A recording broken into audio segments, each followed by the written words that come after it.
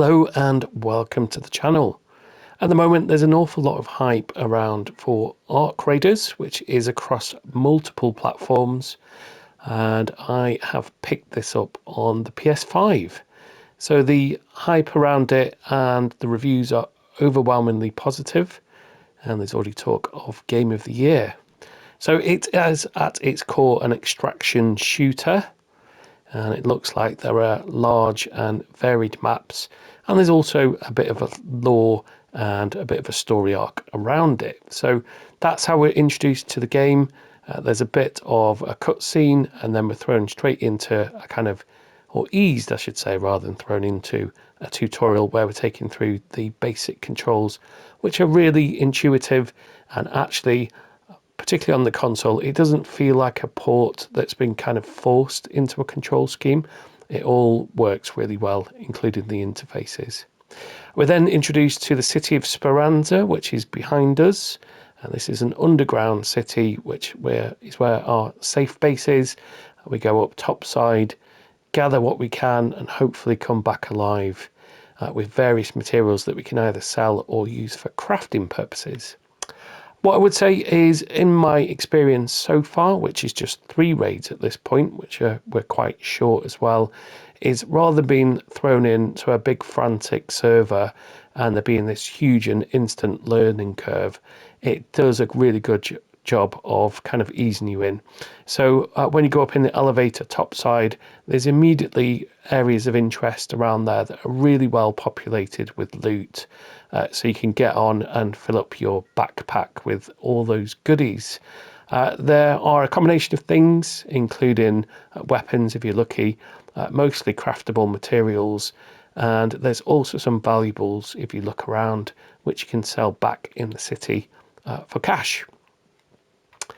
In terms of the overall gameplay that I've discovered, the AI is actually adaptive. So you can't just stand in a doorway and blast away at a machine. It will just hover there. They will reposition. And actually, what I found is as soon as I did try and engage with bigger machines, I very soon found myself dying a quick death.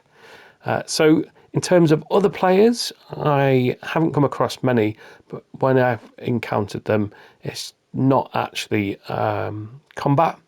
So there's a few different emotes which I need to work out in a bit more detail, but don't shoot is seemingly a universal language to say that you don't want people to shoot you in the head just when you're at the extraction point. Okay, those are the main mechanics. We can either play solo campaigns or we can build a squad. We got feats and quests over there on the left so that we can go through that story arc and increase our character, really. Over to the workshop. So this is our home away from home. It's a bit basic. You can see we've got a little friend there called Scrappy, the rooster that goes off and collects consumables from around the world there. For some reason I can't seem to claim them. It's probably user error. And you can also train Scrappy to go and find you better things, which is a nice little touch. And I think you can also customize him. We start out with just the workbench, which is over here. And again, the interfaces are really easy to use. So we start out with a couple of blueprints that you'd expect. So there's a looting kit, which is basically like a backpack. You've got a shield regenerator, and then you got kind of lower tier weapons that all have some kind of drawback.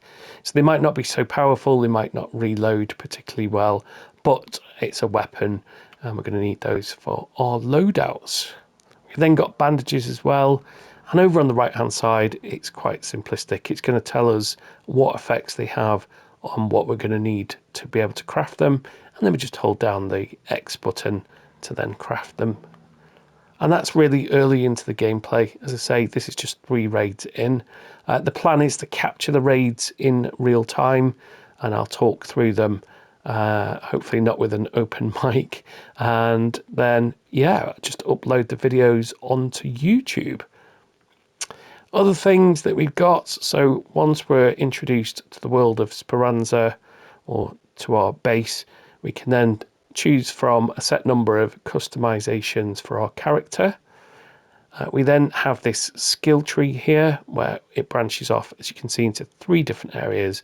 So we have mobility, we have survival and conditioning. So I've started with the mobility arc there so that I can move around with less stamina.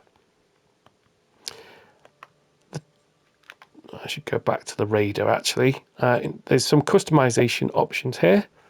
So you can use your cash to unlock different outfits, as you can see here. So you can either purchase just the suit or all those extra bits on there, which, as far as I understand, are purely cosmetic. So all that extra machinery doesn't perform any real function that I'm aware of.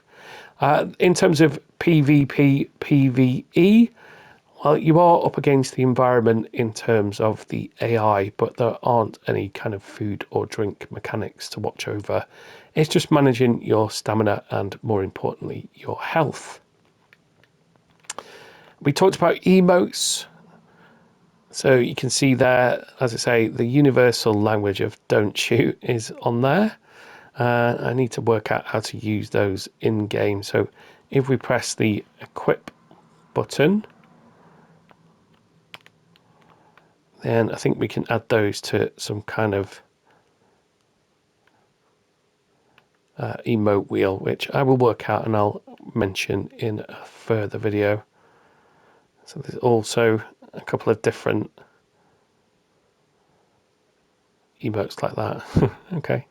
And then finally, Scrappy, our good friend Scrappy, we can upgrade him. Look at that, buff rocked. The Gilded Drift Coat set. What a thing of absolute beauty. So that's it in terms of our Raider traders. So within the city, we've got various different points of interest. So as you can imagine from the descriptions there, we can get grenades and gadgets from Apollo. Lance is going to take care of our medical needs. Gun shop, I'm going to be interested to get some money and go over there and see what we can get.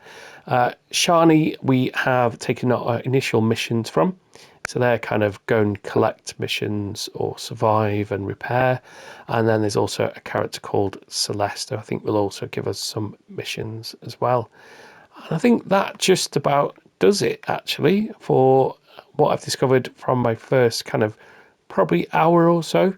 It certainly looks like a game that you can invest a good number of hours into to then develop your character, get better loadouts, and actually progress through the story itself as well. I was originally going to plan to go back to the start and go through the tutorial to capture that. But once you've selected your character and created your linked account, it will automatically log you in. There probably is a way to start over. The only way that I could see was that once you reach level 20, you can send your Raider off as having survived, for want of a better phrase, and basically start again with another character. If you've picked up the game and you're enjoying it, please do pop that down in the comments. If you've got any top tips that you can pass on to me, then again, please put it down in the comments. I'm trying to grow the channel. There's lots of varied content on there. I can see that for the certainly foreseeable future, that is going to be all about Arc Raiders and real-time raids. If lastly, you could hit that subscribe button. It's quite difficult to get your YouTube videos up those precious algorithms and start to build up a following, which is of course my aim. And with that, I'll end this video and I hope you'll join me in future raids. Thanks for watching.